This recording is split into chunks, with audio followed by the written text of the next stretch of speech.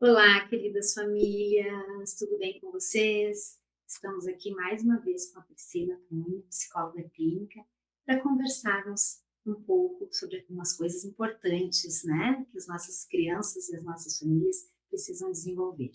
Então, assim, uma ação do Soy Connection, né, já tivemos com a orientadora Grazi, agora com a orientadora Sheila, e vamos ter mais atividades depois com as orientadoras Patrícia e Paula. Então, agora vamos hoje tratar de um assunto bem importante, né, Priscila? Nosso assunto hoje é educar para o respeito, né? Estamos já trabalhando com as crianças muito essas questões de respeito, inclusive nas salas de aula, né? Trouxe aqui para vocês, né? Estamos com os cartazinhos, né? Quando tem respeito, não existe bullying, e é um tema que a gente está batendo bastante. Mas trabalhamos com as crianças e agora com as famílias também. Então vamos lá, Priscila, o que tu tens para nós hoje? Então tá, obrigada. É sempre uma alegria estar nessa casa, contribuindo para esse conteúdo. A gente vai falar eu vou usar aqui alguns elementos, trouxe livros, trouxe bastante conteúdo para a gente conversar sobre o assunto.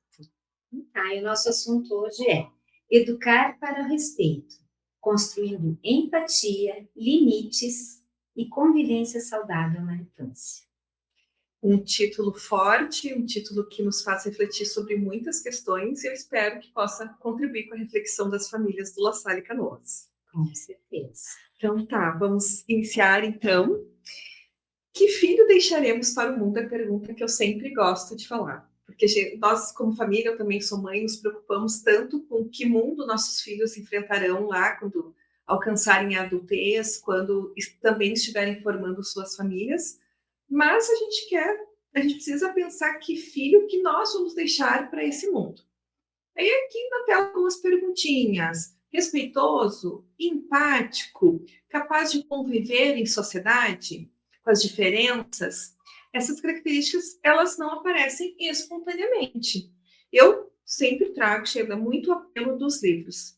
Hoje nós temos o consumo exagerado de diversos, não sei nem como nomear, porque são tantas a mídia nos coloca num lugar de compra de tantas coisas que a gente nem precisa. Eu sempre trago o apelo dos livros, para que a gente converse, para que a gente tenha recursos disponíveis em casa, para a gente despertar a atenção, a curiosidade e a discussão em nossas casas. É porque os livros sempre fazem nós nos conectarmos com os personagens, né? E as crianças, para isso é tão importante. Esse aqui que está na mão da Sheila, que é o Cada Pedaço Meu, da Natiele Fagundes, que é um livro de alfabetização. É um livro que traz o amor, né, que a menina tem sobre si mesma, sobre o próprio corpo, sobre a família, sobre a sua descendência, sobre sua avó. Então, são recursos que vão nos ajudar a pensar sobre diversidade. Pode passar. Então, os desafios da educação atual, né? A criança de hoje, ela está mais exposta ao conteúdo digital, ao celular, ao tablet, e elas estão menos tolerantes à frustração, porque a gente está muito viciado em estímulo imediato, a gente se satisfaz com muita rapidez, a gente não aprende a esperar pela satisfação. Muitas vezes a criança não aguenta esperar pelo jantar, pelo almoço ficar pronto, acaba beliscando, acaba atrapalhando a sua rotina alimentar por causa dessa busca incessante da satisfação. No entanto, elas continuam precisando de segurança, limites, pertencimento, afeto e referências morais. Muitas vezes, Sheila, as famílias questionam, né? Tá, mas essa educação atual, positiva, consciente, tem vários nomes. Essa educação respeitosa, ela não é permissiva de forma nenhuma. Essa educação é a que mais levanta a bandeira do limite, porque a criança precisa de borda, de limite, dessa segurança para poder se relacionar, estabelecer frustração e capacidade de pensar no outro. É importante, né? Tem limites que a família que dá. Nós aqui só contribuímos, né? Mas é a família que organiza a criança. Pai e mãe são a referência principal. Né? Quando a criança consegue ter limites em casa, ela tem limites em qualquer lugar. A referência inicial vai ser a família vai vir de casa. Aqui vai ser a extensão e a continuação desse processo. Muito bem. Como que é uma relação de respeito nossa com os filhos? Não é de medo, não é de submissão, é reconhecer a dignidade do outro. Uma criança aprende respeito quando ela é respeitada. Se eu chego aqui e não dou nem bom dia, nem boa tarde para Sheila vai dar ué, né? Às vezes, de forma, oi, Pri, bom dia, vai retomar e eu vou. Às vezes a gente até fica com vergonha, ai, bom dia, desculpa, nem te dei bom dia. Mas como que a gente convive isso em casa? Hoje eu ainda estava retomando com a minha filha em casa. Onde estão as palavrinhas mágicas que a gente estava se perdendo? O que a gente estava se perdendo? Que a gente deixou de usar? Então, a gente precisa cuidar dessa parte. E às vezes não são nem só as palavras, né? O jeito que tu olha, o jeito que tua tu postura. trata, a postura. Exatamente. Né? Tudo fala, todo o teu corpo fala. Sim. O papel dos limites. Limite não é punição, é orientação. E ajuda a criança a desenvolver o autocontrole, conviver em grupo, adiar a satisfação, eu já tinha adiantado essa questão, respeitar as regras e desenvolver responsabilidade. Sem limites, a criança não se torna mais livre. Ela se torna mais vulnerável aos próprios impulsos. Porque a criança vai ter impulsos, a gente tem impulsos, a gente tem situações que a emoção acontece e a gente não sabe como lidar com ela. Então, a gente precisa dessa organização, desse limite, para que a criança possa desenvolver a capacidade de pensar sobre a sua própria ação. Isso leva tempo. Isso precisa de processo. Assim como a criança, lá quando é bebezinha, no começo a criança chora de fome, a gente corre e dá uma madeira, oferece o peito. Aos poucos, a gente começa a organizar. A mãe começa a gritar, já vou. A mãe, a tia, a cuidadora, o responsável que está ali, que está operacionalizando essa alimentação, vai dizer, já estou indo, já estou chegando. E aí a criança aprende a esperar. Limites que educam. Em vermelho, o que não devemos fazer. Em verde, a comunicação assertiva.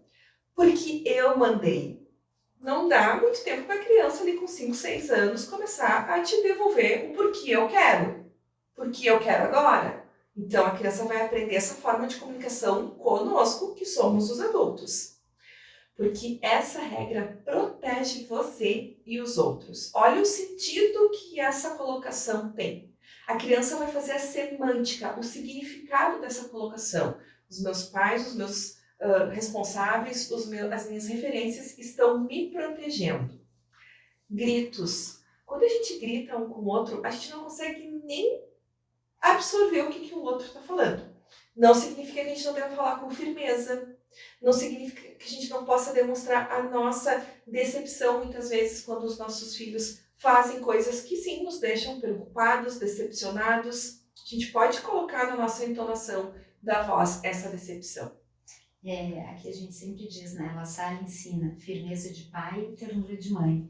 Não que seja, né? Pode ser firmeza de mãe e ternura de pai também, mas tem que ter firmeza, né? E firmeza é diferente de grito. E a gente sempre vive um mundo assim, dividido, ou uma coisa ou outra. Essas duas coisas, elas podem andar juntas.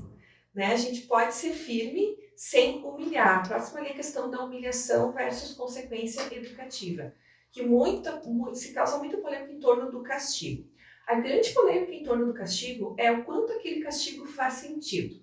Antigamente, não sei agora que exemplo dá, mas assim, colocar para ficar de costas para a turma com o nariz na parede. E a criança foi desrespeitosa, rasgou o material do colega. Essas duas ações, elas têm relação. Eu rasguei aqui a plaquinha da Sheila e eu vou receber uma punição que não tem sentido nenhum com isso. A consequência educativa é, vamos lá ajudar a Sheila a colar a plaquinha dela? Vamos ajudar a Sheila a fazer outra plaquinha? Como é que tu te sentiu em relação a ver a Sheila triste, chateada, porque tu estragou a plaquinha dela? Não humilhação, tu nunca faz nada direito, tu sempre repete esse tipo de situação, quantas vezes eu te falei e você não ouve? Isso é uma humilhação, é desacreditar da capacidade da criança. Outra coisa é tu restaurar e ajudar ela a reparar aquele ato impulsivo que foi inadequado. E a gente trabalha muito com as crianças aqui, né? Sentar e conversar. Como é que tu te sentiria no lugar do colega? Exatamente. Né? Tu tem que conversar com eles e ver, olha só, pensa, eu digo para eles assim, fecha os olhinhos e pensa, se fosse tu que estivesse naquele lugar, Perfeito. como tu te sentiria? Tu ia gostar que fizesse contigo? E agora, como é que a gente faz para arrumar isso, né? Seja lá o que for. Exatamente. E é com conversa que a gente vai trabalhando, né? Exatamente. Disciplina, então, não é violência. Violência física inclui tapas, empurrões, beliscões, violência emocional, humilhações, ameaças constantes. Como a ameaça é um dos fatores que mais depois acaba acarretando questões emocionais, como ansiedade, principalmente. A gente está sempre com aquele sentimento que a gente está sob ameaça.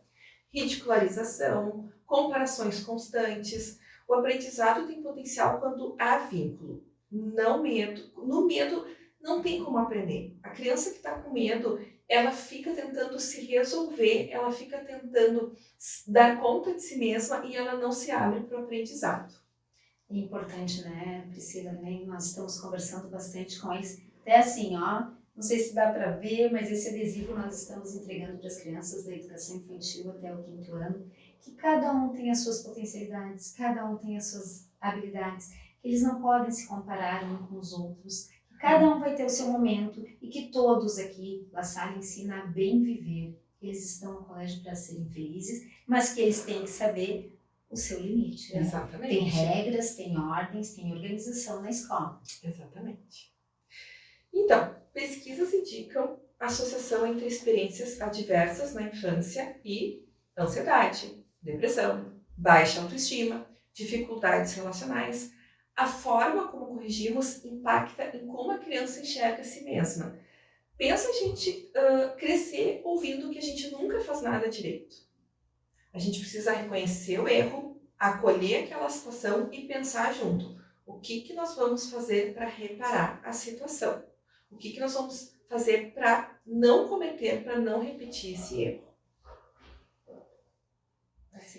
E aí entra a nossa ferramenta mais poderosa, que é o letramento emocional. De novo, tem livros sobre alfabetização, tem livros sobre bullying, tem livros sobre autismo, sobre inclusão, tem livros sobre para famílias que estão passando por separação. Depois eu posso até deixar as referências para vocês de todos esses livros aqui que podemos trabalhar com eles. Porque através do letramento emocional, esse aqui é mais técnico, emocional eu uso bastante no consultório.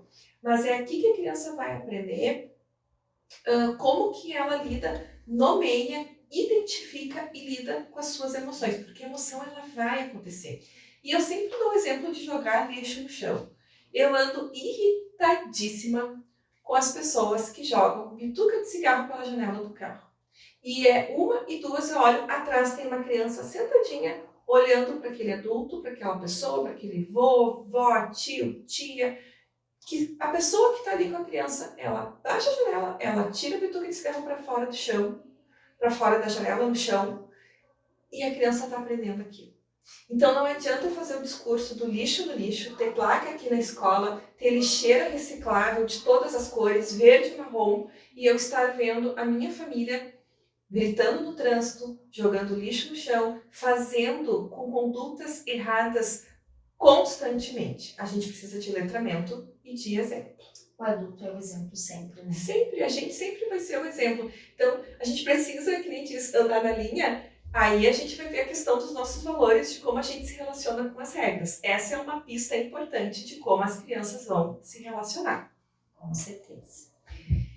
Então, diversidade. Como nasce o preconceito?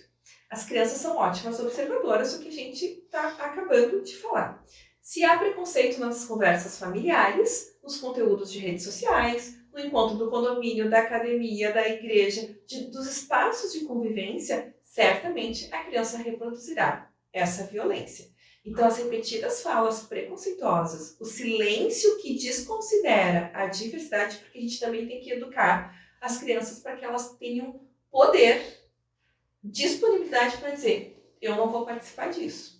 Eu não vou rir dessa piada porque isso não é uma piada, isso é um preconceito, isso é uma exclusão, isso é algo que fere o outro. Nós temos que trabalhar, aqui na escola trabalhamos com as crianças, que nós não podemos ficar julgando. Cada um tem o seu jeito de ser, né? Cada um vem de uma família, com seus valores, com seus gostos, com as suas vontades, com seus hábitos, com as suas habilidades, né? Tem N situações. E sempre eu reforço, que bom que cada um tem as suas habilidades, as suas dificuldades, porque é nas diferenças que a gente cresce, que a gente troca. Mas isso também tem que vir de casa, né? Porque o exemplo lá, não posso ficar falando, ai, como tu é burro, tu não consegue desenvolver. Daí a criança fica com aquilo e vai xingar o outro também. Ah, mas como? Então, assim, são coisas que é o exemplo e que às vezes está numa linha muito tênue, que a gente está numa brincadeira, e é o que as crianças dizem pra gente, né? Claro. Tá só brincando. Não, mas a brincadeira é brincadeira quando todo mundo tá feliz, todo mundo se divertindo. Exatamente, no momento que alguém não achou graça, não é mais brincadeira. Exatamente. Né? O bullying. O bullying daria aqui 1 hora de conversa, mas rapidamente. O bullying envolve intenção de machucar, repetição, perseguição, pode ser físico ou psicológico, e isso inclui exclusão sistemática, humilhação, e aí vem os apelidos, esconder material, rasgar material, não devolver. Passa muitas vezes pelo material, pela questão do julgamento da roupa, do que está vestindo, vem todos os dias com o mesmo tênis. Então, atenção para as mudanças de comportamento. Pode passar essa...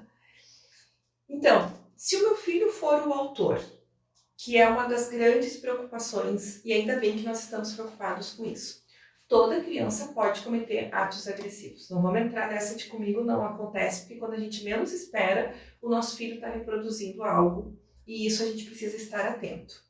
Então, ninguém aprende assumindo o papel de vilão. Precisamos ensinar responsabilização, reparação e reflexão. A punição é contraproducente. E aí, Sheila, assim, eu convido, né, a família para pensar no sentido assim, como se a gente fosse uma comissão anti-bullying constante. Quando a gente vê acontecendo, quando a gente percebe que a gente pode estar fazendo, a gente... me empresta aqui o termômetro ali, por favor. A gente pode usar o termômetro, a gente pode usar esse aqui, claro que da instituição melhor ainda. Mas se tu não tem, busca em casa, na IA, um termômetro. Como é que tu tá te sentindo? Hoje tu acha que a gente foi mais respeitoso ou a gente foi mais desrespeitoso? Convida a criança para pensar, né? Em todas as salas de aulas tem, todas da educação infantil até o 5º ano, todas as salas, e sempre que nós, ou eu, ou a Grazi, entramos na sala, a gente pergunta como é que essa turma está em relação ao respeito. E a gente tem que tomar um cuidado, Sheila, eu convido a comunidade para pensar. Isso aqui não é uma prova de avaliação. Não. E a gente não deve esperar que aconteça algo para perguntar. Sim. Vamos refletir, como é que você... Não precisa falar, ó, quietinhos, cada um de vocês vai pensar sobre isso. Como é que a gente foi hoje?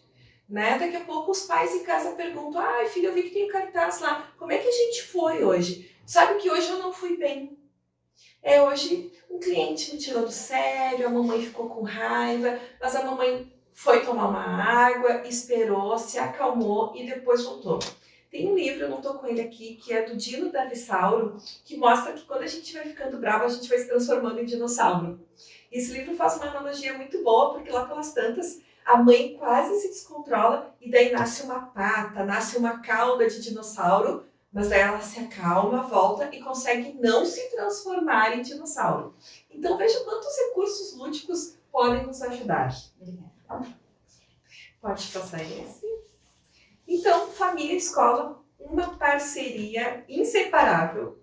As crianças observam como os adultos resolvem os conflitos. E aí a gente vai fazer aquela parte, né, Sheila, que a gente não pode deixar. Eu sou mãe.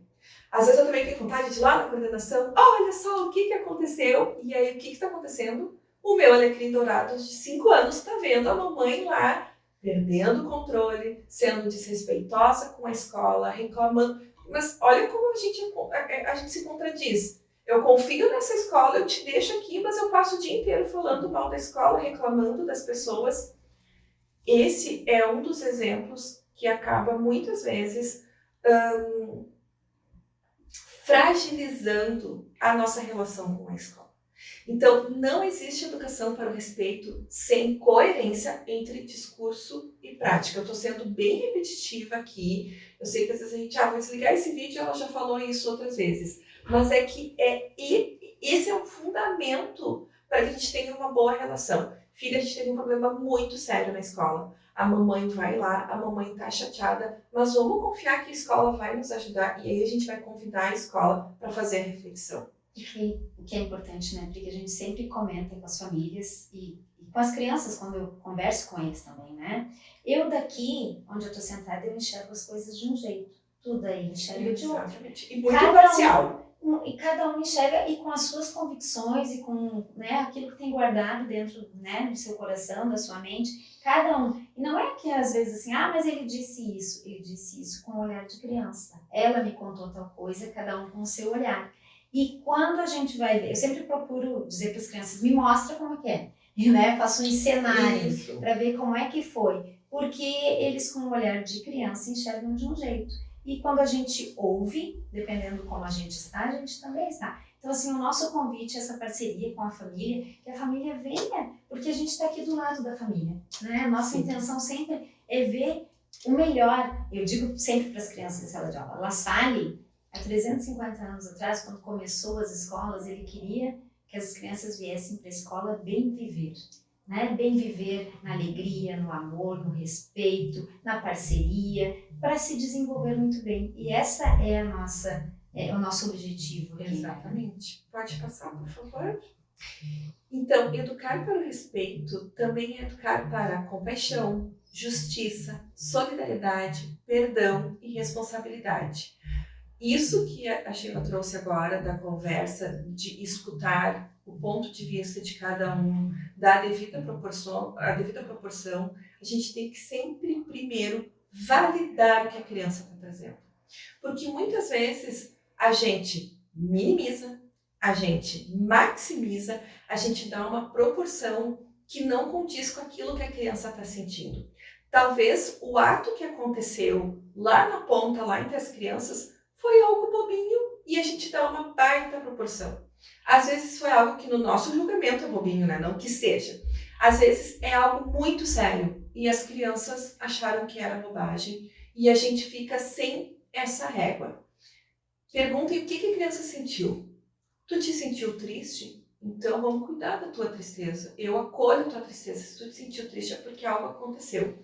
E a partir dessa validação que a gente vai conversar com a criança e dar referência do que deve ser feito daí para frente. Então, práticas simples. Ouvir antes de julgar. Corrigir sem humilhar. Nomear as emoções. Conversar sobre diferenças, sobre diversidade. Intervir diante de exclusões. Sempre intervir. Sempre intervir.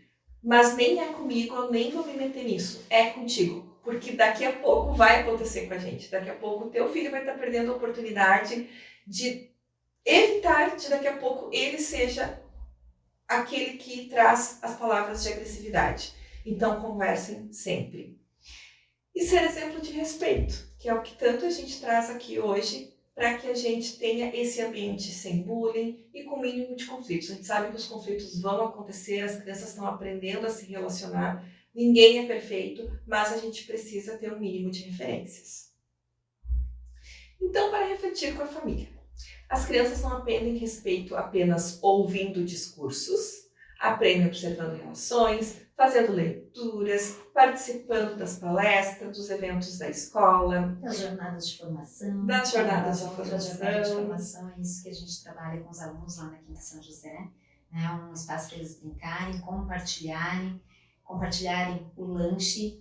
Às vezes é difícil para eles, mas é um treino, é um exercício também, né? Saudade do tempo que a gente levava aquele potão de casa com pizza. E aí a gente sabia lá a gente compartilha. Exatamente. E os momentos de reflexão, onde a gente vê trabalho em grupo, que é com todos, que a gente não escolhe, isso é para a vida, né? A gente tem, às vezes, não quero sentar com esse, não quero sentar com aquele, mas nós estamos aqui para aprender para a vida, lá fora, né? Eu digo para as crianças, Mas vocês acham que a gente escolhe com quem que a gente trabalha? Né? Você escolhe os colegas. Raramente a gente escolhe, mas né? Então assim, ó, são coisas simples do dia a dia que a gente vai trabalhando aqui na escola, nos momentos de jornada, nas saídas, e que é para isso, para fortalecer tanto a autonomia, né, o desenvolvimento deles em todas as áreas com respeito, né? O nosso, eu digo sempre, se o respeito está em alta, não existe bullying, né? E é isso que a gente tem que fortalecer, essa parceria com todos. Então, essa é a principal colaboração, que a gente consiga estar sempre atento, participativo e validando a criança. Com essa validação, com essa atenção, com esse cuidado, certamente o respeito vai imperar e o bullying vai, né, acabar. A gente fez zero bullying na escola, né? A gente trabalha para isso. Somos seres de relações e o tempo todo vão acontecendo situações, conflitos. A gente tem que trabalhar com esses conflitos para crescer, né? De forma harmoniosa. Ai, Pri, muito obrigada. De nada. Mais uma vez nós agradecemos a Priscila por estar aqui. Eu que agradeço. E agradecemos a vocês por estarem nos prestigiando, né? Que nós possamos continuar. Logo teremos outros momentos. A prof. Orientadora Patrícia também vai ter um momento. Na sequência, a prof. Paula, orientadora lá do ensino médio. Vamos trabalhando junto, né? Nosso intuito aqui é sempre cooperar com as famílias. Lembra que a gente está de mãos dadas para essas crianças e jovens crescerem felizes. Muito obrigada mesmo. Eu que agradeço. Beijo para vocês. Até mais.